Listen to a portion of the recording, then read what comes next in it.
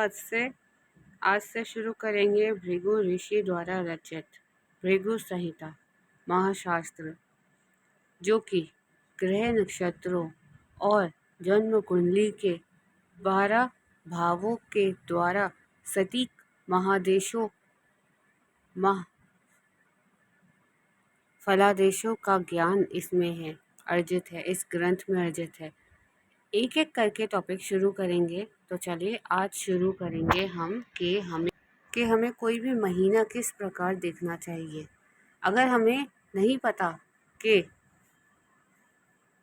पूर्णिमा कब आती है, अमावस्या कब आती है या कौन सी तिथि कब है, वो चीज़ के बारे में आज अध्ययन करने की कोशिश करेंगे। तो चलिए शुरू करते हैं ज्योतिष विज्ञान परिचय। शुरू करते हैं दोस्तों ज्योतिष विज्ञान परिचय। ज्योतिष विद्या खगोल शास्त्र तथा गणित शास्त्र पर आधारित विज्ञान है। इसमें अगर हम देखें दोस्तों तिथियों का ज्ञान, आज हम सबसे पहले बात करेंगे तिथियों के ज्ञान के बारे में। तिथियां चंद्रमा की एक कला को तिथि माना जाता है, ठीक है।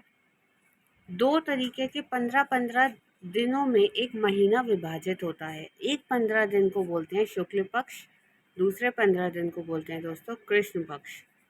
तिथियों की गणना शुक्ल पक्ष की पूर्णिमा से आरंभ होती है। शुक्ल पक्ष की पूर्णिमा से आरंभ होती है। अमावस्या के बाद की प्रतिपदा से लेकर पूर्णिमा तक की तिथियों को शुक्ल पक्ष की तिथि तथा पूर्णिमा के बाद की प्रतिपदा से आरंभ करके अमावस्या की तिथियों को कृष्ण पक्ष की होती हैं। अब इसमें मैं आपको थोड़ा सा इजी भाषा में दोस्तों बता देती हूँ। देखिए, कोई भी महीना जो होता है, हम जो तिथियां होती हैं शास्त्रों के हिसाब से शुक्ल पक्ष से स्टार्ट होती हैं, कृष्ण पक्ष शुक्ल पक्ष, ये 2 15-15 दिन होते हैं, ठीक है। आप अपने कैलेंडर में देखेंगे तो पहली तारीख को जो पहला दिन होता है महीने का नहीं दोस्तों, कृष्ण पक्ष और शुक्ल पक्ष का, ठीक है। अब कृष्ण पक्ष कैसे शुरू होता है? कृष्ण पक्ष शुरू होता है पूर्णिमा से लेकर अमावस्या तक। अमावस्या से लेकर पूर्णिमा तक के दिनों को बोलते हैं शुक्ल पक्ष, ठीक है।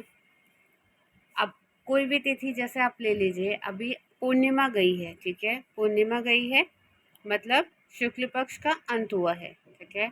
अब कृष्ण पक्ष का दिन शुरू हुआ है।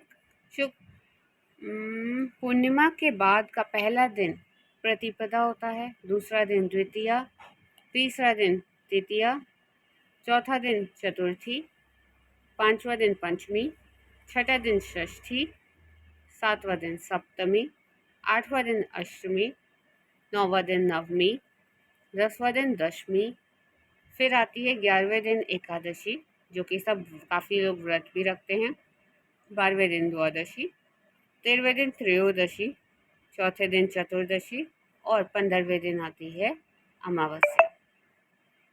समझ पा रहे हैं दोस्तों? अमावस्या जिस दिन पड़ती है उसके अगले दिन फिर जो वक्त शुरू होता है, फिर जो दिन शुरू होता है वो शुक्ल पक्ष का शुरू होता है। फिर से वही प्रतिपदा, द्वितीया, तृतीया, चतुर्थी, पंचमी, षष्ठी, सप्तमी, अष्टमी, नवमी, दशमी, एकादशी, द्वादशी, त्रयोदशी, चतुर्दशी और फिर पूर्णिमा। फिर पूर्णिमा के बाद कृष्ण पक्ष शुरू होता है, कृष्ण पक्ष के बाद शुक्ल पक्ष शुरू होता है, शुक्ल पक्ष के बाद कृष्ण पक्ष। ऐसे ही गिनती हमारी विभाजित रहती है, महीना हमारा विभाजित रहता है दोस्तों। कोई भी हम त्यौहार करते हैं, कोई भी व्रत करते हैं, वो इन्हीं के आधार पर करते हैं, ठीक है। अगर कोई शुभ कार्य भी करना है, आप पंडित जी से कुछ पूछने जा रहे हैं, कुछ भी आपको शुभ कार्य करना है या किसी चीज़ की तिथि निकलवानी है, तो वो भी इसी कृष्ण पक्ष और शुक्ल पक्ष इसी तिथियों के आधार पर निकलती है कि कौन सी तिथि उत्तम रहेगी, पूर्णिमा उत्तम रहेगी कि अमावस्या उत्तम रहेगी, किस दिन हमें क्या करना चाहिए। ये बहुत ही सटीक जानकारी है। अब आप अपने कैलेंडर में जाइए, कैलेंडर में जाकर देखिए कि आप आज का दिन जो है वो कौन सी तिथि को निर्धारित करता है, ठीक है दोस्तों। अब दोनों पक्षों की पूर्णिमा और अमावस्या के अतिरिक्त अन्य तिथियों के नाम एक जैसे होते हैं। तो चलिए दूसरे पेज पे आते हैं। चतुर्दशी के बाद शुक्ल पक्ष की 15वीं तिथि को पूर्णिमा तथा कृष्ण पक्ष की 30वीं तिथि को अमावस्या कहते हैं। ठीक है। तिथियों को 1, 2, 3, 4 आदि अंकों में लिखा जाता है। पूर्णिमा तक यह क्रम 15 तक की संख्या में चलता है, किंतु इसके बाद पुनः 1, 2, 3, 4 आदि क्रम में लिखा जाता है। जिस दिन अमावस्या होती है उस दिन की अमावस्या तिथि को के रूप में लिखा जाता है। उपरोक्त तालिका में दोनों पक्षों को अंक निर्धारित किए गए हैं। यहाँ बात ध्यान देने योग्य है कि अमावस्या उस रात्रि को कहते हैं जिसमें चंद्रमा बिल्कुल दिखाई नहीं देता और पूर्णिमा उस रात्रि को कहते हैं जिसमें पूरा चंद्रमा आकाश में दिखाई देता है। अब हम अगली बार बात करेंगे तिथियों के स्वामी की। कौन सी तिथि का स्वामी कौन है और किस दिन किस स्वामी की हमें पूजा करना चाहिए।